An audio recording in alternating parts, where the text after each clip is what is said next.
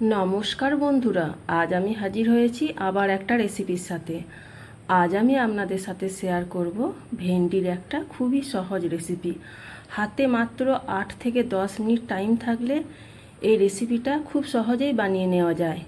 রুটি, ভাত, পরোটার সাথে খেতে লাগে দুর্দান্ত। আসুন তাহলে রেসিপিটি দেখে নেওয়া যাক।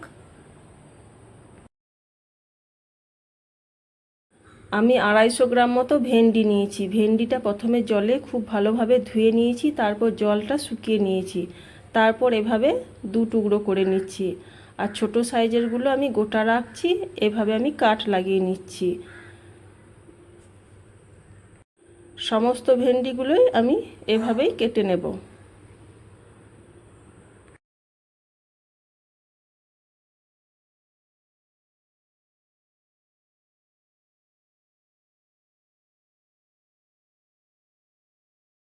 সমস্ত ভেন্ডিগুলো আমি কেটে নিয়েছি। এবার আমি এর মধ্যে স্বাদ মতো লবণটা আমি দিয়ে দিলাম, পরিমাণ মতো হলুদ দিয়ে দিলাম এবং 1/3 চামচ কাশ্মীর লাল লঙ্কা গুঁড়ো দিয়ে দিলাম।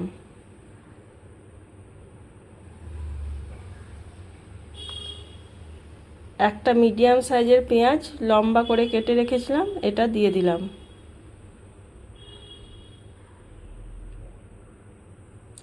একটা মিডিয়াম সাইজের টমেটো ছোট ছোট টুকরো করে কেটেছিলাম, এটাও দিলাম।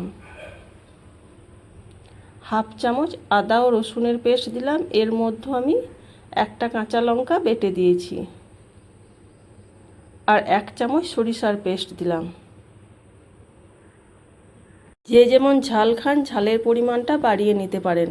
আপনারা এর মধ্যে কাঁচা লঙ্কা লম্বা করে কেটে দিয়ে দিতে পারেন এবং 1 চামচ সরিষার তেলও দিয়ে দিতে পারেন, কিন্তু আমি এখানে আর এক্সট্রা তেল দিইনি। এভাবে সমস্ত কিছু আমি খুব ভালোভাবে মাখিয়ে নিচ্ছি এবং 20 মিনিটের জন্য রেস্টে রেখে দেব। এদিকে ওভেনে আমি একটা কড়াই বসিয়ে দিলাম। 20 মিনিট পর এর মধ্যে আমি 1/2 চামচ সরিষার তেল দিয়ে দিলাম। আপনারা যে যেমন তেল খান রান্নাতে সেই রকম তেলের পরিমাণটা বাড়িয়ে নিতে পারেন। এবার আমি এর মধ্যে সামান্য পরিমাণ 5 ফোড়ন ও একটা শুকনো লঙ্কা দিয়ে দিলাম। ফোড়নটা একটু নাড়াচাড়া করে ভেজে নিচ্ছি। ফোড়ন থেকে যখন মিষ্টি সুন্দর একটা গন্ধ বের হবে, তখন ম্যারিনেট করা ভেন্ডিগুলো আমি এই কড়াইয়ের মধ্যে দিয়ে দিলাম। 3 থেকে 3.5 মিনিট মতো আমি এটা নাড়াচাড়া করে নেব।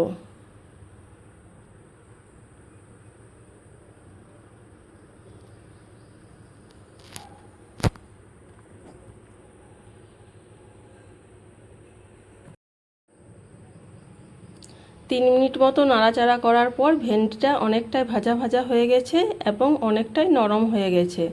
এবার আমি এটা 2 মিনিটের জন্য একটা ঢাকনা দিয়ে দিলাম। আমি আবার 2 মিনিট পর ফিরে এলাম। ফ্লেমটা কিন্তু একদম মিডিয়াম করে রাখতে হবে, না হলে তলাতে ধরে যেতে পারে। একবার নাড়াচাড়া করে আমি একটা চেক করে দেখে নিলাম ভেন্ডিটা খুব ভালোভাবে সেদ্ধ হয়ে গেছে।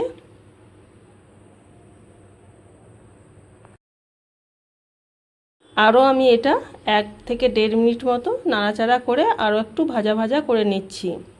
এবার এটা আমি নামিয়ে গরম গরম ভাত, রুটি, পরোটার সাথে সার্ভ করে নেব।